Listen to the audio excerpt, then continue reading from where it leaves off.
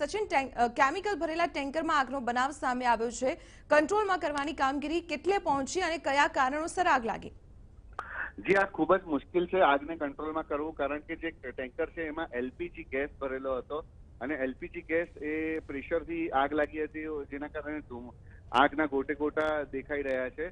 ખાસ વાત એ છે કે જે ટેન્કર છે એ ચાલકે ટેન્કરના સ્ટીયરિંગ પરથી કાબુ ગુમાવતા ટેન્કર પલટી થઈ ગયું હતું અને તરત જ આગ પકડી લીધી હતી. એલપીજી ગેસ હોવાના કારણે આગ આખા ટેન્કરમાં જે ગેસ છે એમાં પ્રસરી ગઈ છે અને ટેન્કર પણ બળીને ખાક થઈ ગયું છે. હાલમાં ફાયર ફાઈટરો આગને કાબુમાં લેવાની કોશિશ ચોક્કસ કરી રહ્યા છે, પરંતુ એક વાત સ્પષ્ટ છે કે જ્યાં સુધી સંપૂર્ણપણે એલપીજી ગેસ જે છે એ બળી ન જાય ત્યાં સુધી આગ કાબુમાં આવવી મુશ્કેલ છે. આ ઘટનાને લઈને મુંબઈથી અમદાવાદ તરફનો હાઈવે બંધ કરવામાં આવ્યો છે. અત્યંત વ્યસ્ત ગણાતો 48 નંબરનો હાઈવે હાલમાં બંધ છે અને ટ્રકોની વાહનોની લાંબી કતાર લાગી છે.